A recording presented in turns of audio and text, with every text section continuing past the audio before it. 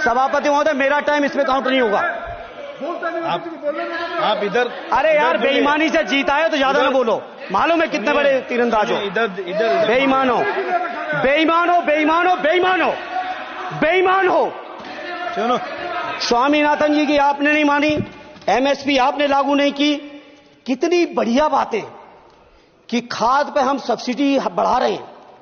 पहले 50 किलो को 45 किलो, फिर 45 किलो को 40 किलो, और मुझे लगता है कि एक तीसरा कार्यकाल पूरे होते होते केवल 10 ही किलो बचेगा खाद के कट्टे में, इससे ज्यादा नहीं बचेगा।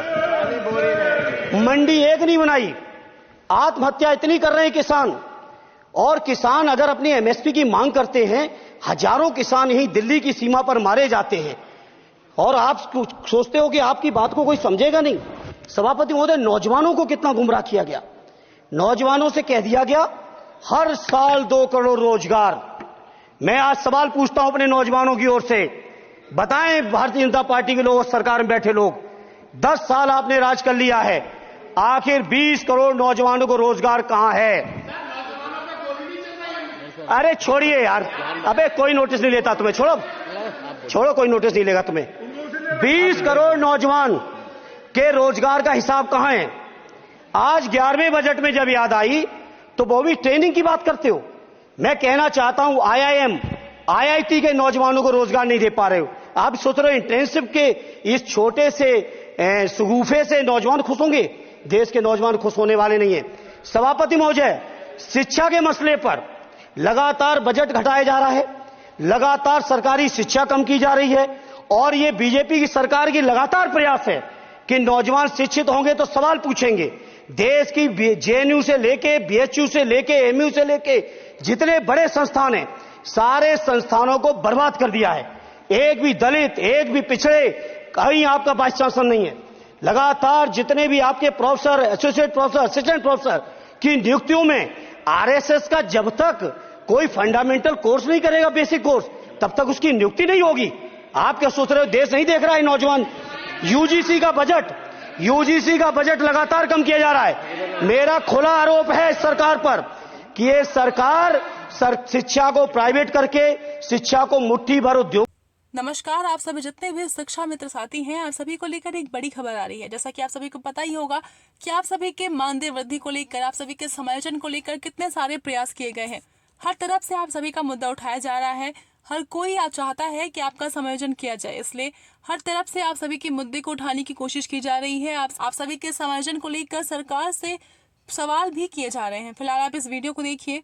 ये वीडियो आप सभी के लिए काफी महत्वपूर्ण होने वाली है। उद्योगपतियों के हाथों में देके, शिक्षा को चुनिंदा लोगों के हाथ में देके, देश के 140 करोड़, जिसमें मैं समझता हूं 90% लोग गरीब हैं, उन गरीबों के हाथों से शिक्षा को छीनने का ये जो आपकी सरकार षड्यंत्र कर रही है, इसके लिए हम लोग इस मौके पे विरोध करते हैं। लगातार फीस बढ़ा रहे हैं, शिक्षकों की कमी है, रोजगार आप दे नहीं पा रहे हो, सामाजिक असमानता। सभापति महोदय, 2014 में जिस समय सरकार बनी थी एनडीए की, उस समय देश की जितने भी जो आर्थिक चीजें थी, जो वेल्थ थी, उसमें पिछड़ों की हैसियत 17% थी, 17%, और आज 10 साल की एनडीए की सरकार के बाद पिछड़ों की आर्थिक हैसियत हो गई है केवल 9%। मैं कहना चाहता हूं चुनौती के साथ, वित्त मंत्री अपने जवाब में बता दें, अनुसूचित जनजाति का एक भी व्यक्ति देश में अरबपति हो तो बता दूं, एक भी अरबपति हो तो बता दूं, एक भी दलित को अरबपति आपने बना दिया हो तो बता दो, एक भी पिछड़े को बना दिया हो तो बता दो। आप जवाब में दे देना, आप डेटा दे देना, आप डेटा दे देना, हमारी दबाव नहीं रुकेगी। सभापति महोदय, जब बीजेपी की सरकार, जब बीजेपी के लोग विपक्ष में रहे तो ओपीएस की बातें किए। 10 साल से आप सत्ता चला रहे हो, 11वां बजट पेश कर रहे हो, पूरा देश आज ओपीएस के लिए, सरकारी कर्मचारी परेशान है, कहीं ओपीएस की चर्चा नहीं है, पुरानी पेंशन की कोई चर्चा नहीं है। सभापति महोदय, पुरानी पेंशन तो पुरानी पेंशन, हम मांग करते हैं, बहुत बड़े राष्ट्रभक्त आप बनते हो, मैं मांग करता हूं देश के पैरामिलिट्री फोर्सेस को आप पुरानी पेंशन दीजिए। मैं मांग करता हूं, आप राष्ट्रभक्त हैं ना, सीमा पे जो सुरक्षा कर रहे हैं, जो शहादत झेल रहे हैं, मेरी मांग है कि आप उनकी ओपीएस दीजिए। वो आप ओपीएस नहीं दे पाओगे। इसी तरह से सभापति महोदय, देश के अंदर बहुत से ऐसे संविदा कर्मचारी, एक से एक बढ़िया फार्मूला। अब कानूनन मंडल आयोग लागू हो गया तो कैसे पिछड़े और दलितों को रोके? तो संविदा कर्मी की प्राइवेट कंपनी, प्राइवेट आपने आउटसोर्सिंग कर दी। आउटसोर्सिंग के कारण से देश के सारे दलित, सारे पिछड़े, सारे आदिवासी आपकी सेवाओं से बाहर हो गए। उनके पास कोई कानूनी हक नहीं। तो ये जो आरक्षण को खत्म करने के तरह तरह के जो आप लोग षड्यंत्र अपना रहे हो, इस षड्यंत्रों को देश का जनमानस पूरी तरह से जान भी चुका है, पहचान भी चुका है।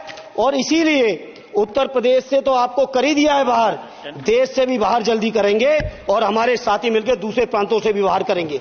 इसी तरह सभापति महोदय, हम मांग करते हैं, आप सोचिए उत्तर प्रदेश अकेले के अंदर, देश के हालात मुझे नहीं पता और बदतर होंगे, अकेले उत्तर प्रदेश में 1000 से ज्यादा शिक्षा मित्र आत्महत्या कर चुके सभापति महोदय।